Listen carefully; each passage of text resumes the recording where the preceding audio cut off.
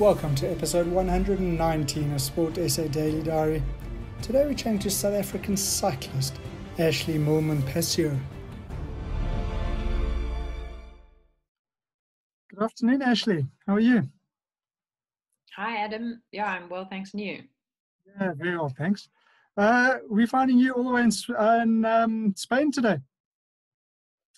Yes, Spain is my home these days, but yeah, I'm actually currently in a hotel. Supposed to be racing tomorrow, but now not certain if we will be. Oh, this COVID is just so incredibly frustrating for everybody. I can only imagine for you guys, the sportsmen, it's just 5 times more frustrating without being able to get out there. Yeah, well, I mean, I think for everybody it's frustrating. The only certainty that exists these days is that there is a lot of uncertainty. So you've just got to kind of roll with the punches, really. I mean, things could be worse. I'm healthy and I've been able to train and be productive during the COVID time. But yeah, now we were pretty excited to get back to real life racing, and yeah, it's just kind of hit us last minute that we might not be for various reasons. I mean, it's just a case of it's a 1.1 race, and there's a whole lot of there's a COVID protocol now. All the onus has been placed on teams and race organizations, and it's come to light that not all teams have adhered to the protocol, and that the race organization has also not necessarily met the protocol. So yeah, at the moment the team has taken the decision that we're not going to race because it's irresponsible, and yeah, it also just doesn't send the right message going forward, so yeah, we'll see how things progress. Shame, and incredibly disappointing. You mentioned that you've been busy and been active. You certainly have, and even though virtually, you had an incredible result a week or so ago, and we're going to get to that. I'm going to leave the suspense with everybody. But Ashleigh, tell us a bit about you as a youngster growing up at school. Obviously, cycling was out of school sport. Were you quite active in school? Well, no, I mean, during school days, obviously, I mean, I rode my bike, or I learned how to ride a bike at a young age, but I never dreamt of being a professional cyclist. I grew up in Bloemfontein, of all places, and yeah, growing up there, I mean, the school sports were traditionally hockey, tennis, athletics, these kind of sports. I've always loved sports, and always been very active in terms of school sports, but it was mostly those kinds of sports, in particular hockey, I'd say. And growing up at school, I had dreams of becoming an Olympian or going to the Olympic Games, but for various reasons, I just never really made it to the top in terms of school sports. So hockey, I was always in the A team, but not the first team. I was always kind of a bit small. My birthday's in December, and so I suppose being by the South African year, that means I'm almost kind of a year younger than a lot of my peers. And so I was fast, but too small, not quite strong enough, were the things that I heard throughout my schooling career. And so coming to the end of my school career, I had kind of put to bed this idea of becoming an Olympian, and, went on to study. And it was during my studies at Stellenbosch University that I was really introduced to the life of competitive endurance sports. I dabbled obviously a little bit, obviously by riding my bike. So I'd done the Argus while I was at school 3 times, in standard 8, 9 and matric, but it was literally just a bucket list thing. The first Argus I did on a really heavy entry level mountain bike in my tackies, and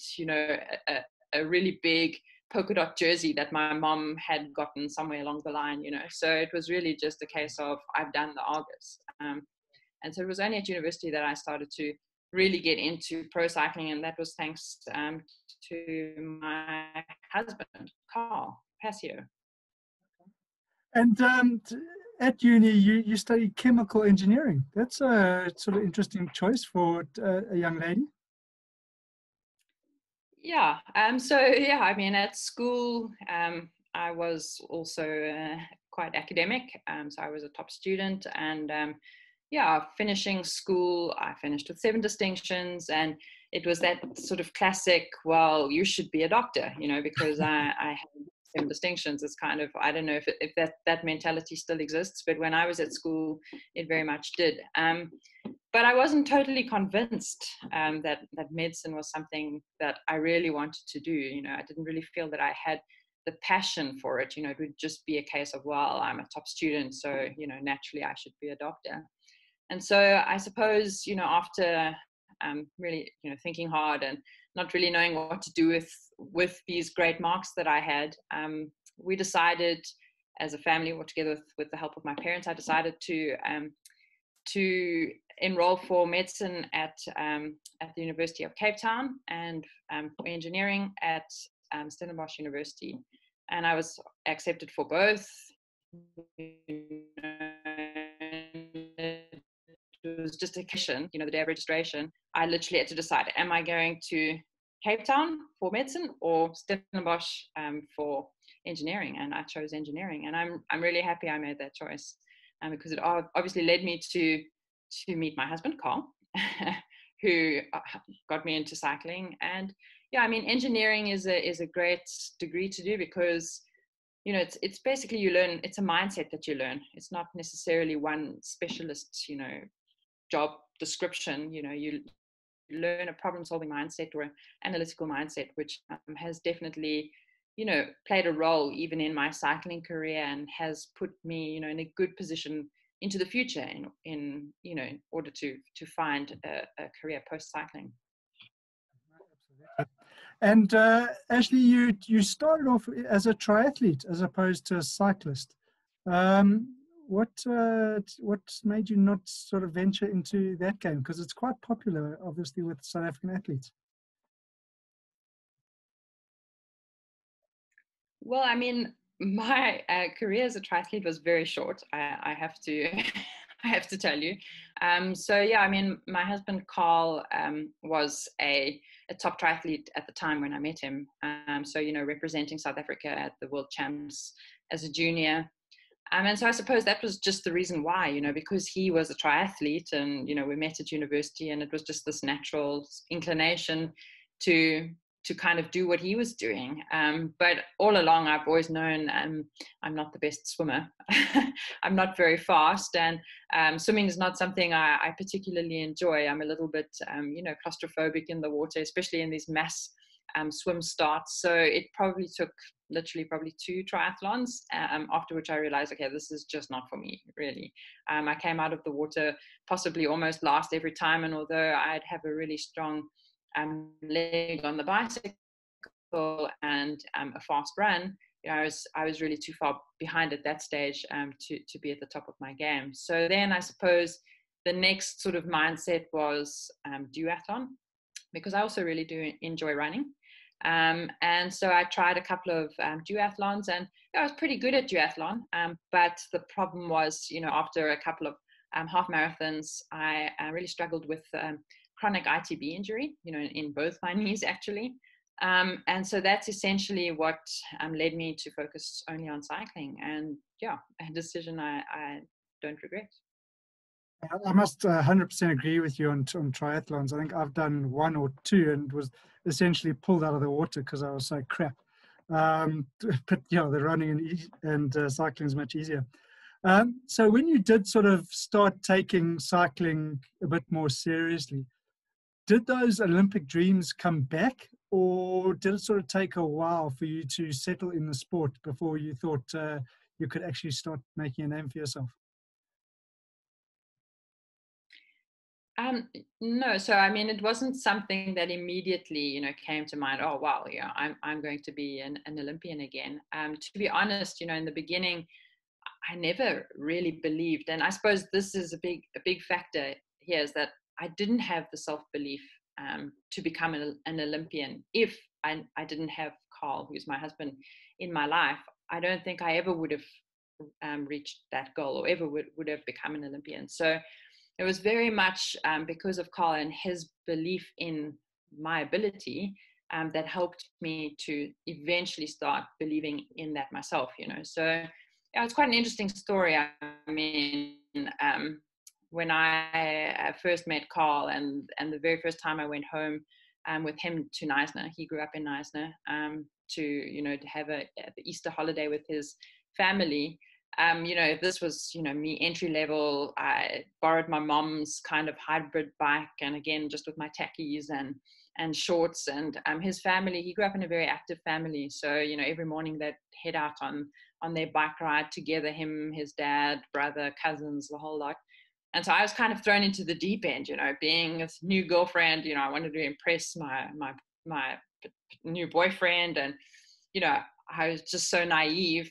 I actually quite lucky that I was so naive. I didn't even feel embarrassed getting on this heavy bike with my tackies on. So I just got on and got going with them. And they used to do these like laps around the island, Leisure Island, and the golf course, and they'd like sort of end up the heads. That was the final challenge. And so I hung on, kept up with everybody, and then heading up the heads climb, I really surprised. I dropped some of them, in my tackies and on my heavy bike. And so getting home from that, I overheard Carl's dad speaking to him saying, wow, did you see her climb? That was exceptional. She's properly talented. Carl, you've got to work on this. This is a challenge for you. And so, it was literally, that's where it all started, that Carl realized, wow, I have a talent for cycling, and in particular climbing. And so it really took, his belief in me and encouraging me. I mean, he really, to this day, it's quite incredible how much time and energy and effort he put into helping me becoming a great cyclist. And in the very beginning, the biggest obstacle was my mind, because I didn't necessarily believe it myself. And so early days, training with Carl, because, he really used to train with me a lot. And even training with the Marty's cycling group, sometimes if it got a little bit too hard, and I'd drop off, and then we'd have an argument afterwards. Ash, what happened to you? Why weren't you there? Why did you get dropped? And I'd say things like, I was going my hardest, but I just couldn't keep up. And Carl kept telling me, you're not going deep enough. You're not going your hardest. And I'd be like, we'd have this fight, because I'd say to him, how do you know? You're not in my body. How do you know I'm not going my absolute hardest? And eventually one day the penny dropped, racing a league race, starting in Stellenbosch and going up Hillswift to climb. And I, managed to stick with the guys up the climb. And it was that case of learning how to go into the red and to stay there. And Carl was 100% correct. I was staying in my comfort zone. So whenever it got a little bit too hard, I just back off. And so, it really took him believing in me and really encouraging me, and a couple of arguments for me to actually, realize my potential, and then to just start believing in it, and he would say things like, Ash, you're really talented. You can be world champion one day. And at first I'd say, Carl, I think you're crazy. I might be good here in South Africa, but world champion? He's proven to be 100% correct. So thanks to Carl, I've managed to make a career in Europe, and to be recognized as one of the best in the world. So, still not world champion though, but that's a goal. Not yet. Not yet. And it is, I mean, you talk about going into the red and either sort of seeing a hill in front of you and thinking, oh, no, I can't get up there like that. You put those thoughts behind you, and you actually surprised yourself. Do you guys still train together, or are you leaving him in your dust now? Well, up until sort of the end of last year, we were training mostly together. I mean, leaving him in my dust, that did happen a few times, or has happened a few times, especially when it comes to climbing.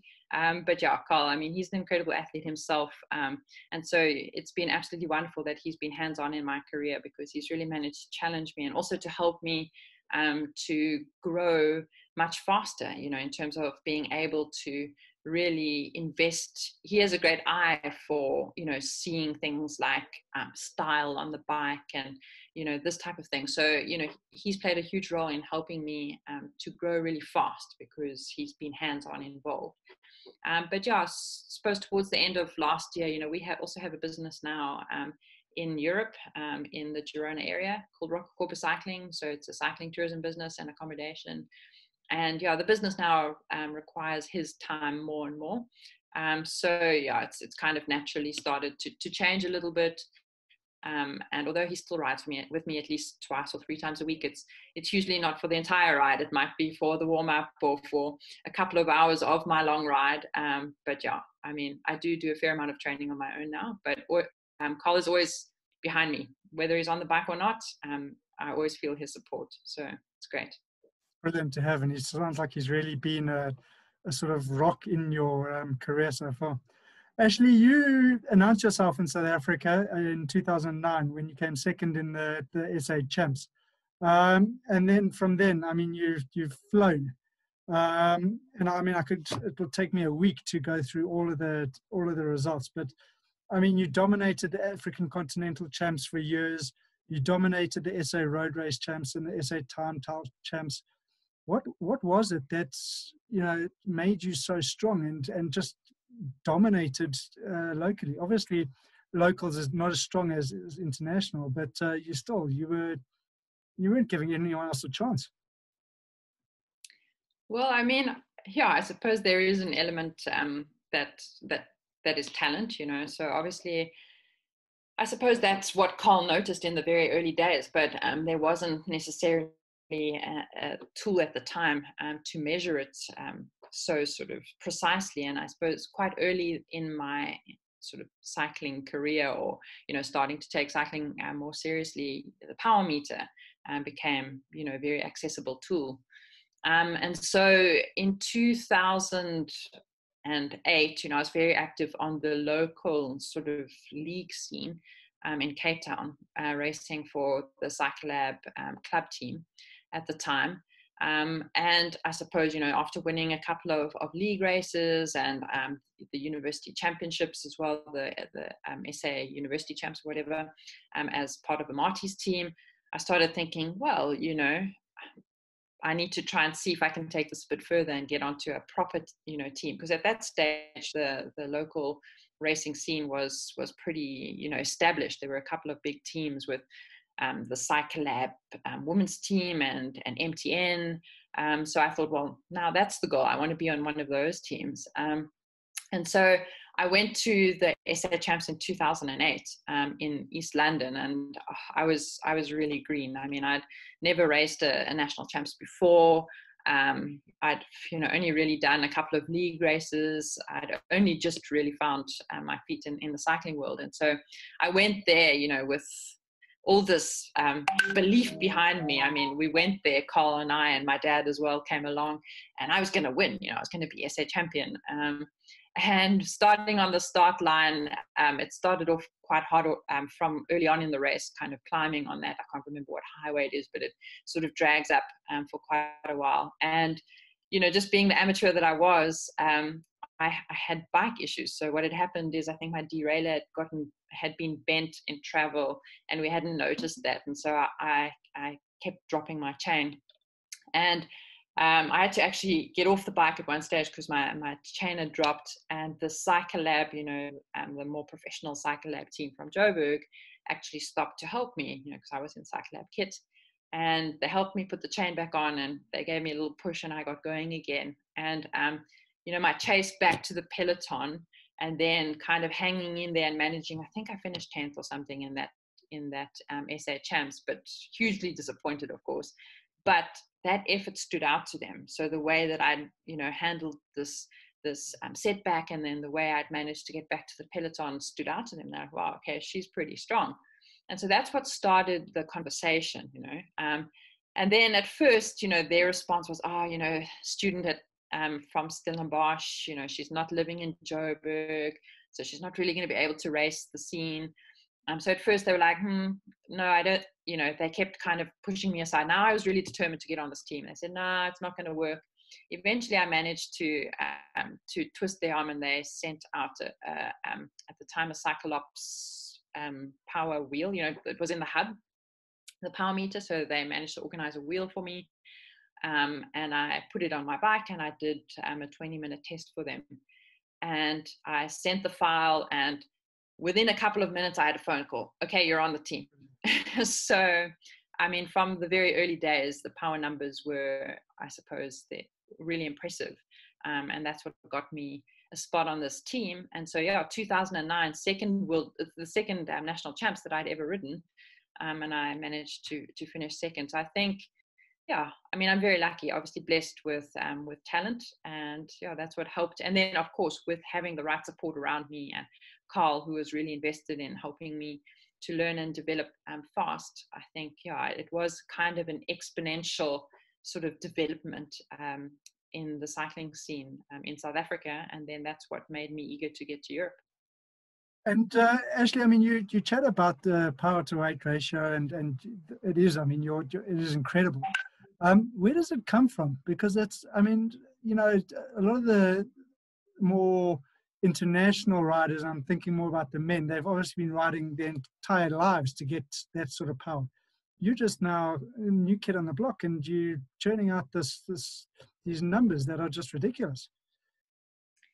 Well, yeah, I suppose it's genetics. Like Carl often says to my dad, well, if only you'd realized, if only you'd, you know, taken up cycling, because I think you could have been a Tour de France champion, you know.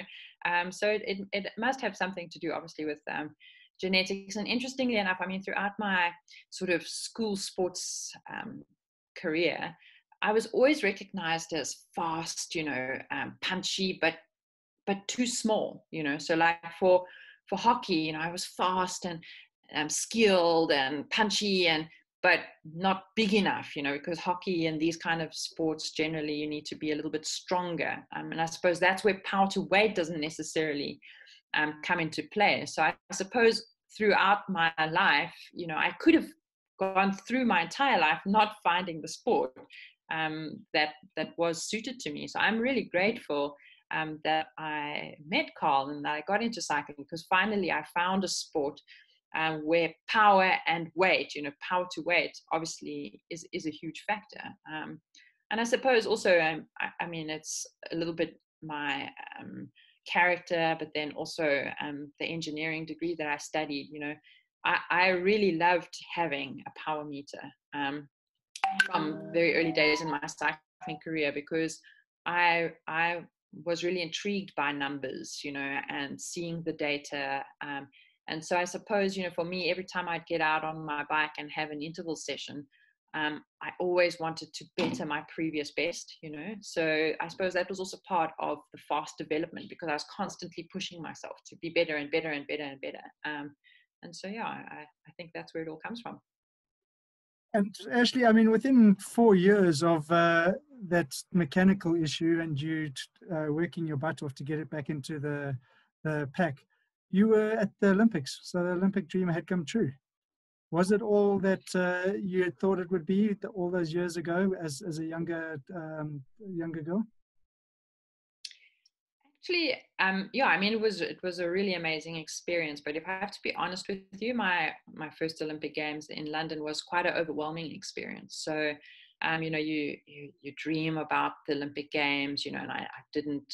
At one stage, I thought it would never happen, and then it kind of all happened really fast for me. As you say, it was literally from that mechanical in my first national champs to an Olympic Games 4 years later, and I had actually only represented South Africa once before at the World Championships before this Olympic Games. So I'd only, you know, I was supposed to ride, I'd been selected to ride for South Africa at the 2010 World Championships, but unfortunately I had a really bad spell of luck in the first part of sort of my professional career, you know, coming to Europe, where I broke my collarbone 3 times in the space of 1 year. So I didn't end up racing the 2010 World Championships because I had a broken collarbone. So literally 2011 was my first World Championships, the September of 2011. And then the next year, 2012, was the Olympic Games.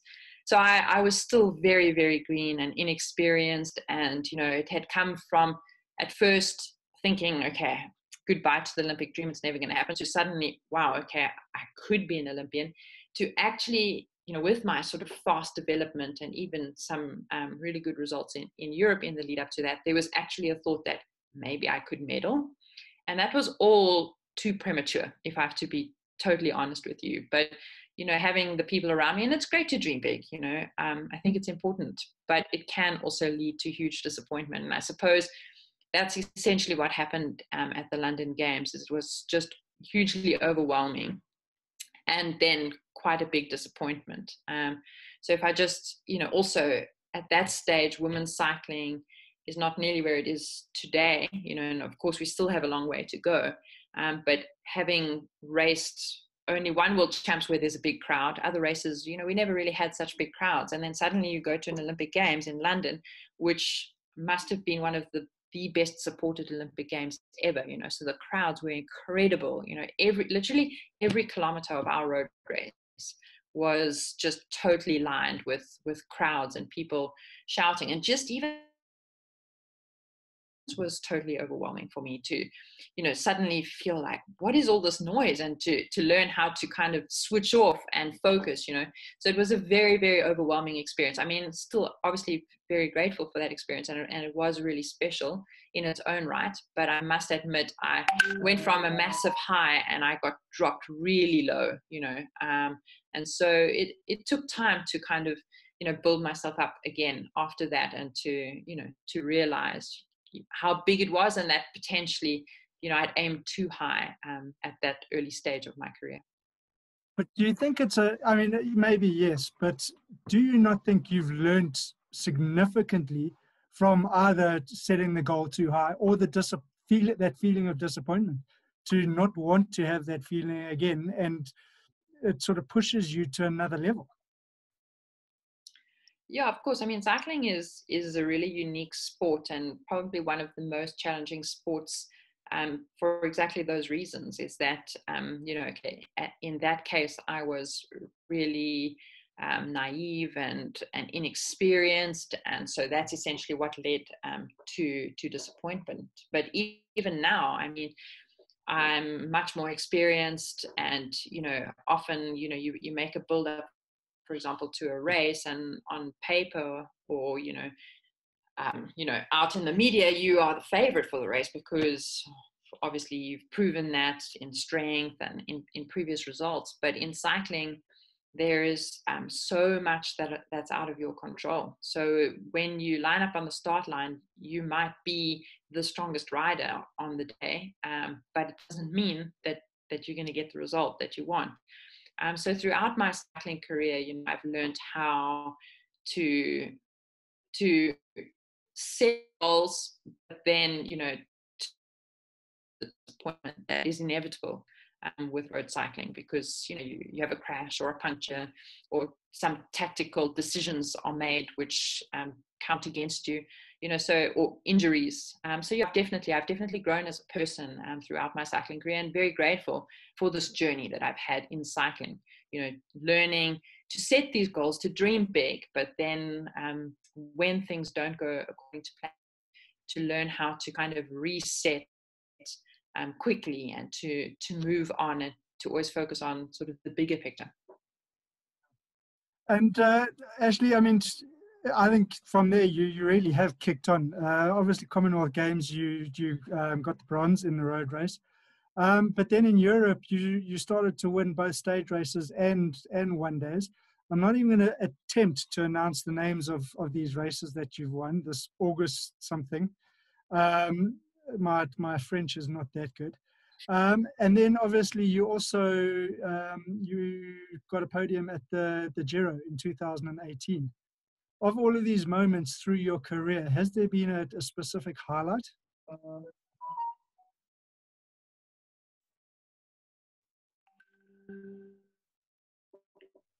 Yeah, I mean, so to be totally honest, I can't say that I'm a rider with a million wins behind my name. You know, I'm a very consistent rider, so have a lot of seconds, thirds, and even sometimes fourths, which can be the hardest, you know, kind of outcomes of a race sometimes, finishing second or fourth. But I mean, when the win comes along, I'm always super grateful for it, because, you know, they don't come often, and it does feel good, and it is a great reward for the hard work that's been done. But yeah, I mean, definitely have a lot of highlights and great experiences. Commonwealth Games, bronze medal, was really a stepping stone in my career. After such a disappointing Olympic Games, 2 years later to have a Commonwealth Games medal, it was a great experience because it was like a mini Olympic Games.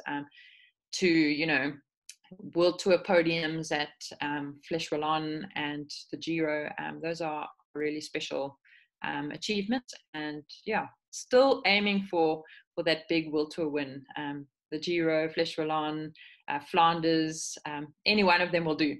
So that's the goal, and hopefully we manage to race some of these races towards the end of this year. Well, virtually, as we mentioned at the start of the race, the Tour de France and Zwift set up a Tour de France for both men and women over 6 stages. You rocked up on the Queen stage, stage 5, I think it was, and you blew all the top female cyclists in the world out of the water on Mont Ventoux, and you just creamed them to win the stage by 23 seconds. Yes, it's not on the road, and yes, it's not a live race, but I mean, that must have been absolutely out of this world. Yeah, well, I've certainly embraced virtual cycling and virtual racing. I think it's been a great platform and a great opportunity during these challenging times. And I honestly believe that it's here to stay. So yeah, I look forward to taking part in more of this kind of racing into the future. Yeah, it was really super awesome. I really enjoy racing on Zwift. It's hard. Believe me, like, I suffer just as much as everyone else does. Some people say it doesn't look like I'm suffering, but I promise you I am. But I love it. Somehow I get a massive kick out of it. And for me, you know, it's just as good as winning a race in the real world. And I also think it's really presented a great platform or opportunity for women's cycling, because if we look at the virtual Tour de France, I mean, we got equal stages, equal exposure to the men, and that's really a first for women's cycling. It might be in the virtual world, but it stands for a lot, and it gives the sport a big push forward, or a nice momentum into the future. So yeah, I think it's really great. And I suppose that's another thing, you know, virtual racing actually suits me pretty well because, you know, as we've discussed, I mean, I do have talent or good genetics, and it does come down literally to power to weight. So there's not many obstacles, although it is possible to have a mechanical, because the week before I had a technical issue where the whole system just froze, and yeah, I was dropped out of the race purely because of a technical issue. So these things can happen, but they are less than in the real world, or the chances are less than in the real world. So at the end of the day, you know, the strongest rider usually does win. And yeah, I suppose that's what I really love about it, and was really cool to win the Queen stage of the virtual Tour de France. That's certainly a CV moment, and something that you should really cherish. And who knows? I mean, where we're going at the moment, virtual racing might become an Olympic sport. I mean, it's just, we actually just don't know anymore. Yeah, exactly. I mean, the world is changing pretty fast. You know, COVID has created a big obstacle for many industries, and one of which is pro cycling. But yeah, I think the virtual world is, as I said, here to stay. And who knows? For sure, there will be a world championship soon on Zwift. I'm quite certain that's going to be happening in the not too distant future, but who knows? As you say, it could become an Olympic sport. So I think that's the important thing. You know, during COVID, we were all challenged to kind of think differently and think outside the box, and be open to change and to embracing new ways of doing things. And so yeah, I'm certainly on board, and I'd be very happy to race on Zwift in an Olympic Games, to be honest. Honestly, I can foresee some world championships and a couple of Olympic gold medals coming up in your future. Ashleigh, the women's game or cycling has picked up incredibly over the last couple of years. Who's the toughest girl out there that you've raced against? There's a couple of really tough girls out there. I mean, Marianne Vos in my own team at the moment.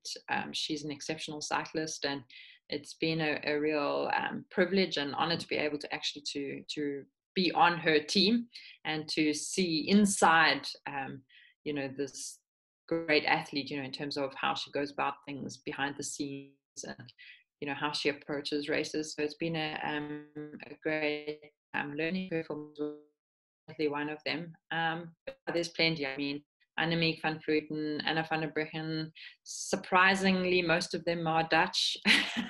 So they race tough in Holland, that's for sure. But yeah, there's plenty of really talented women in the peloton and just really tough. I mean, we're all willing to suffer, and so it's about who's willing to go the deepest, I suppose, at the end of the day. And Ashleigh, I mean, you really are a pioneer in South African women's cycling, I suppose, much like Robbie Hunter was when he sort of broke into the international scene for the men, and a lot of men have followed. Hopefully, a lot of female South African riders will follow you. But you're still 34, you're still young. I mean, I would imagine you should be going until late 30s, maybe early 40s. What is on the cards and on the future for Ashleigh? Well, yeah, I mean, it's obviously a real honor to hear people say that I've been a pioneer for women's cycling. But I suppose the big thing that does concern me a little bit is obviously, in terms of how do we get the next, Ashleigh to come through the ranks and to be able to have a career in Europe. And it's not a simple one to answer. Obviously it's not easy for South Africans, and especially for young women to come over to Europe to try to make a career out of it. Couple of issues, obviously, the visa is one of them. And then secondly, of course, it is quite intimidating for a young woman to come over and try and create a career for themselves in a foreign country, and often in countries that, speak different languages and are totally different to the culture we have in South Africa. So, I'm really hoping that at some point I can play a more hands-on role in helping to create the right or safe environment for young South African women to come over and to create a career for themselves here. And yeah, maybe Zwift is one of the ways. I have had some ideas around creating an academy for the South African women, run on Zwift, and then hopefully, a winner of that academy could then have some spot on a team here in Europe. So yeah, there's some things that I'm thinking about in terms of how I can play a more active role in terms of helping the girls get over. But yeah, I mean, 34, I'm happy to hear that you say that's young. And although it is technically young, I mean, in the cycling world, yeah, women cycling, I suppose I'm not too old. There are quite a few women that are older than me, but I suppose the biggest challenge, of course, is starting a family. So I would definitely like to have children, and that would probably be the reason why eventually I'd have to stop, or maybe take a break and come back. Many women are proving that is possible now. So yeah, I'm not 100% sure. For now, I'm focusing on getting through this COVID pandemic and on to next year, hopefully the Olympic Games can take place.